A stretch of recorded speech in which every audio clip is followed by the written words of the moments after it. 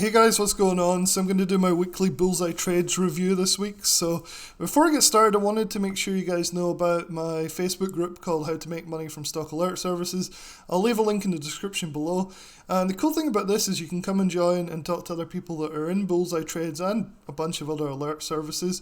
But every week we do a thread where we basically help each other with the Bullseye trades for that week. We don't mention the ticker so that people don't know what the pick is, so they actually have to buy the service, right? So we don't give away any proprietary info on that week's Bullseye, but we will tell each other what's going on in a way that people that have the service can understand. And there's a big group of us now, probably several hundred people are in here that have Bullseye trades. Not all of them are commenting and participating in the threads, but it's still kind of cool.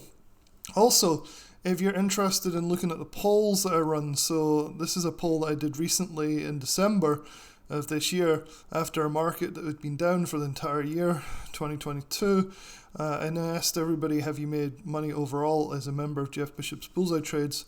And 48 said yes and 9 said no, which is something like an 85% success rate, right? So this is pretty cool. I suspect we could probably help these 9 people get up to speed, and I'm hoping that some of these videos will help people that are maybe struggling with Bullseye trades to actually to get ahead with it a bit. And I think that's what these videos are really all about, me going through the trade and then the thought process about how I trade them and how others are finding success with this really low cost service. And how they're doing it too. So if I look down here, we talk about loads of different stuff, but often we'll do a thread on Bullseye trades. Usually pretty obvious to spot because here we go. So Samura's been doing a lot of this stuff, which is really cool. He's had some really great success over the last year or two with Bullseye trades and posts about what he's doing in terms of the trade. And this week it was really good. It was another winner. A lot of people ended up making money. Heads up to Swati, I think that's how you say her name. She was able to get in at a low price on this one, and I'll talk about which one it was. And she actually exited for something like 70%, which was still early. But at this point, she was already up 46%. So people were getting in this week for a decent price. It was pretty cool. So, and I think this is also, wow, look at this guy, Travis, out for 70% gain. I'll respond to Travis.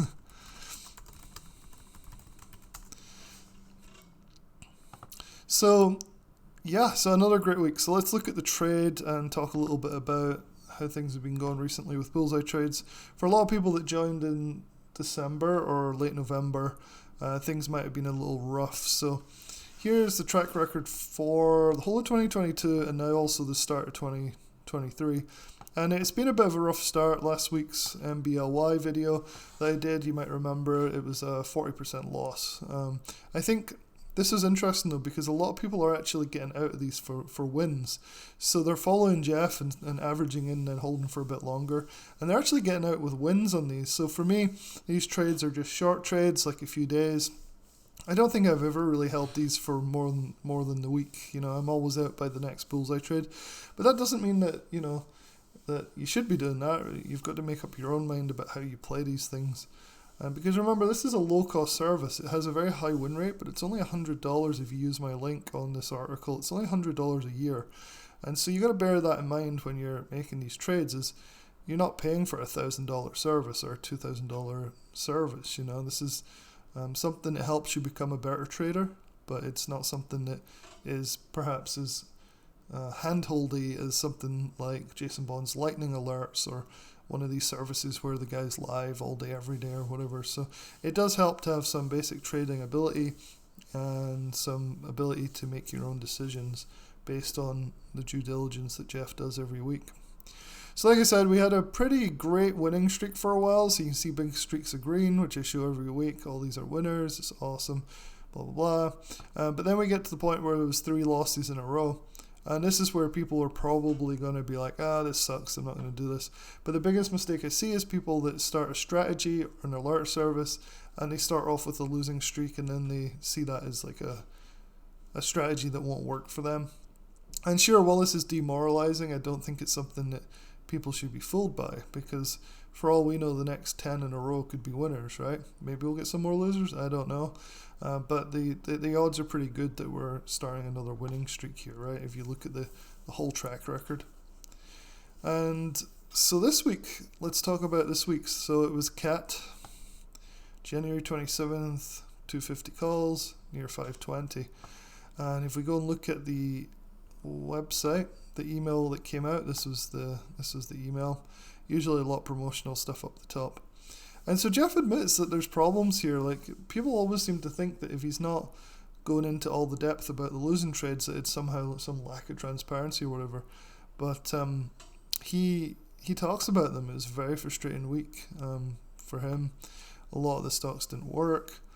MBLY, this is true, he did stick it out and it did rally, and I know other people that did the same thing, that got actually out for a small win.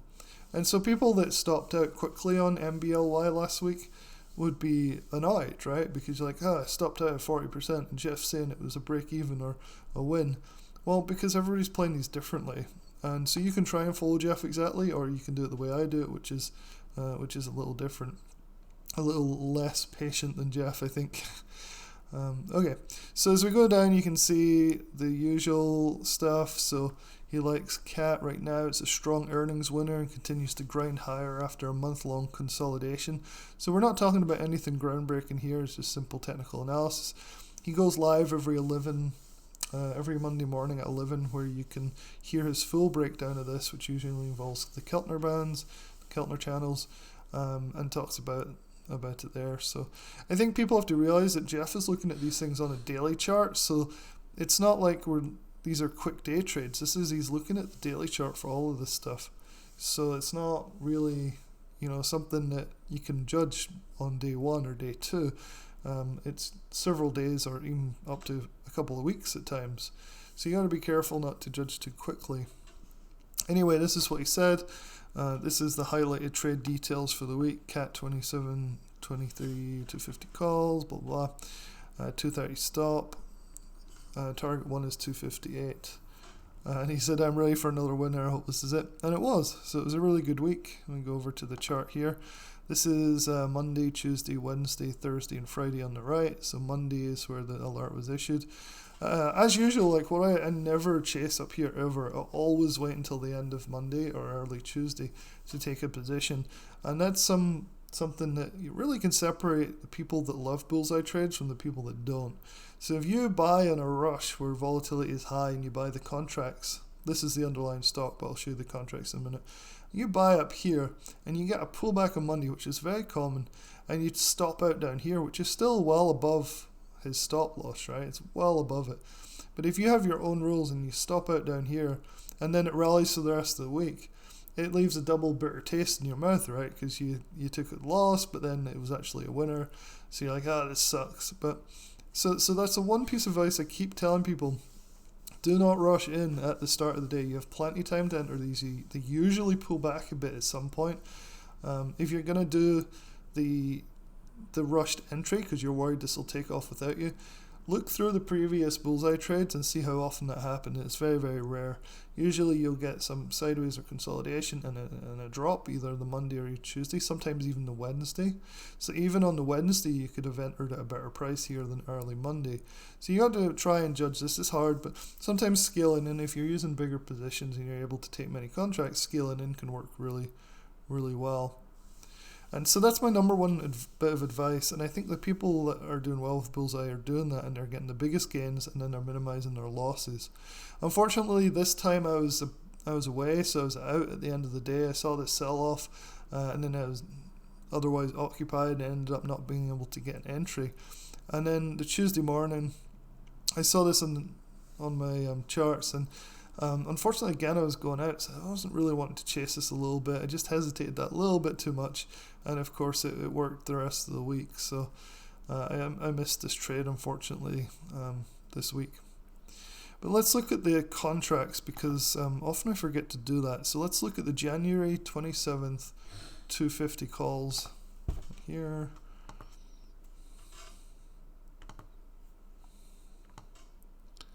So here are the 250s. Let's see right here. Wow, these things are up nicely. Let's see, send to the charts. See if we can do the same thing on Thinkorswim. Go back up like this.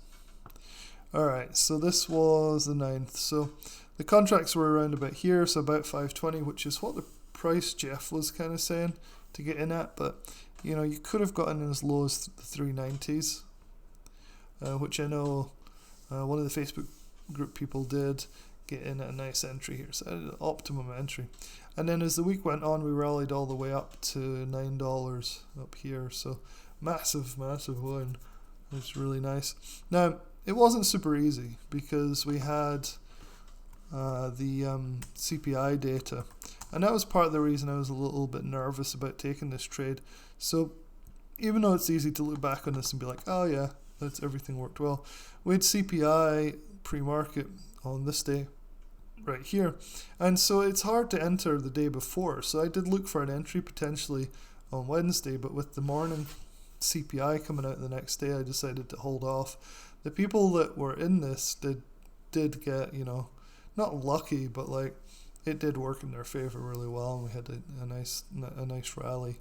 So that was pretty cool. So yeah, hopefully this is the start of another run on Bullseye trades. See if we can get some more winners. The market is difficult to predict, as you guys know. I can never be quite sure. But I was kind of encouraged by this, and I posted in the Facebook group. This is an indicator that I've been using for a while, and it was pretty nice. This is the daily chart on CAT, and so I was telling people in the Facebook group as I saw this close above this breakout line, that this could potentially rally, and it's what it did. So it was pretty cool, and hopefully that analysis helped people at the time be like, okay, cool, maybe this one's going to be a winner, and it was. That's good. Looking at the market overall, it's still hard to be positive. I think everybody's kind of a little worried about more of a recession. I was going to say a recession, but let's face it, it's more of a recession that we're worried about. We're kind of at a key point just from a really, really simple technical point of view, right? So each time we test this downtrending line for the last year, we've seen a rejection from it each single time. However, this one feels a little different. So if you look back here, we had a test of it up here and then continued downtrend, and we had a nice scoop up here, but it never tested the downtrend, so it just kind of continued. Well, here we've seen a similar sort of test of the downtrend, scoop back up, but instead of just failing like here, it's actually testing the downtrend again. So the next week or two, it would be really nice to see this break out and start to make new, not new highs, new recent highs. So we have this higher low, right? So now we have, let's draw this in really. So we seem to have put in a higher low, right? So potentially we see this make another recent high. We could be signaling at least somewhat of a reversal. Of course, anything can happen, but I'm getting a little more excited here for a bit more of a bullish market. Does it matter really that much if you're trading Bullseye? Not really. It does help, but often Jeff is picking stocks that are kind of less susceptible to the market than most of them. They have relative strength, for example. Sometimes he's off by a few days or a week. Sometimes it takes a little bit of time to work, but he's been pretty solid at this, and he's been doing it for 20 years, so not too surprising. And so let's have a look at the comments. I always like to go in, so I showed you some of the Facebook comments. Let's have a look at see what people were doing in the comments on the inside the Raging Bull dashboard. And so this guy's saying finally a winner. So obviously he started recently, grabbed 70% move, which is great. And Jeff does answer in these sometimes. All right, guys. Hopefully that was helpful. I'll talk to you soon.